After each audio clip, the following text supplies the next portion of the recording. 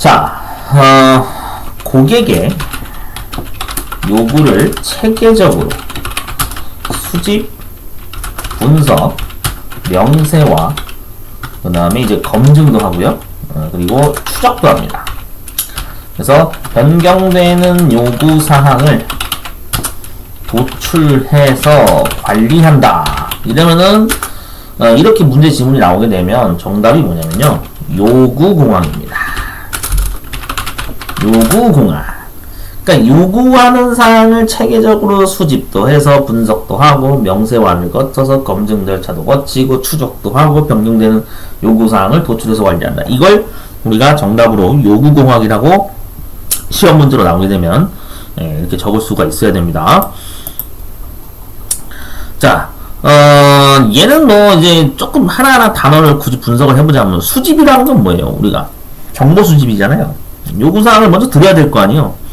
예를 들어서 그런 거예요. 자, 여러분들 예를 들어서 산업인력공단이라고 하는 기관에서는 자격증을 만약에 신설해서 만들게 되면 그 자격증을 이런 어떤 사회적 이슈로 인해서 이런 자격증을 신설합니다라고 이렇게 발표를 하잖아요. 근데 중요한 게 뭐냐면 최근에 만들어진 종목 뭔가요? 제빵산업기사인가요?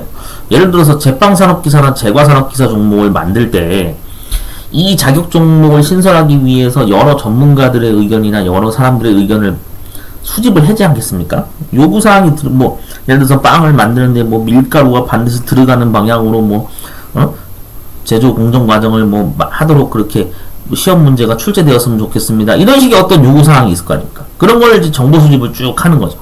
어떤 식으로 문제 작업을 만들 거냐 수집을 하고 그 다음 이제 분석 단계를 거쳐야죠. 이걸 했을 때 이 작업은 최소 제한 시간이 뭐 예를 들어서 뭐 한 밀가루 반죽하는데 뭐 한 10분 정도를 제한 시간으로 두는 건 어떻겠냐.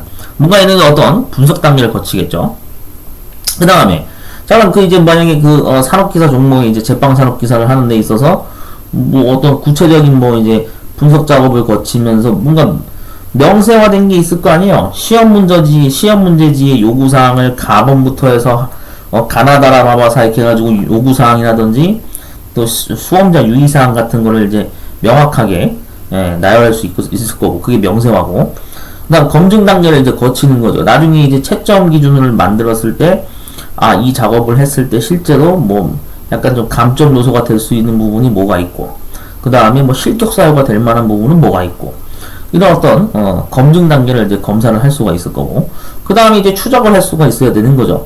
이 반죽을 뭐 해서 이게 공정 과정 자체가 순서대로 제대로 맞게 된 건지 맞잖아요. 그 역으로 추적할 수 있을 거 아니에요. 이걸 이 사람이 만들 때 응시자가 주어진 과제를 작업할 때 사용한 어떤 조리기구라든지 그 다음 그 조리기구를 이용해서 조리하는 과정에서 이게 정말로 제대로 됐는지 그걸 역방향으로 뭐 추적을 한다든지 뭐 하여튼 그런 검증 과정이 있겠죠. 사실 뭐 채점지는 비공개라서 일반 응시생분들이 감독관이 아닌 이상은 어떤 항목을 채점을 하는지는 정확히 우리가 알 수가 없습니다. 산업인력공단에서 아예 채점을 비공개하기 때문에 하여튼 내부적으로는 그런 게 있을 거란 말이죠. 추적도 하고 그 다음에 이제 또 이제 변경되는 사항이 있게 되면은 항상 우리 공개 문제 사이트에 맨날 어떤 부분이 수정되었다 막 수정된 날짜까지 막 다 올라오지 않습니까? 그러니까 이런 어떤 우리가 지금 제가 그냥 자격증 신설 종목에 대해서 한 가지 예를 들어서 설명드린 건데 이렇게 뭔가 어떤 그 출제위원들의 요구사항을 반영을 해서 산업인력공단에서 최종적으로 공개 문제지를 큐넷 사이트에 탑재를 하겠죠. 그러한 어떤 개념과 절차를 거치는 게 바로 요구공학이다 라는 거를 알고 계시면 좋을 것 같아요.